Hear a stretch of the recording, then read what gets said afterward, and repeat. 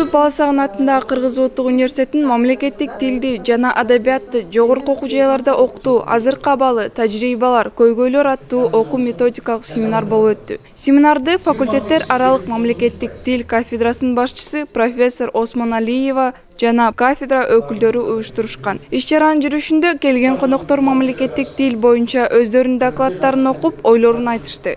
Семинарга мамлекеттик тил боюнча улуттук комиссиянын төрагасы Ишекеев, Кыргыз Республикасынын президенттик аппаратынын өкүлү Таджиматов, мамлекеттик тил жана тарбия иштери боюнча проректор Тилебаев жана жогорку окуу жайлардын өкүлдөрү катышты. Мээрим Асангазиева, Ишембек уулу Рыскелди, Баласагын.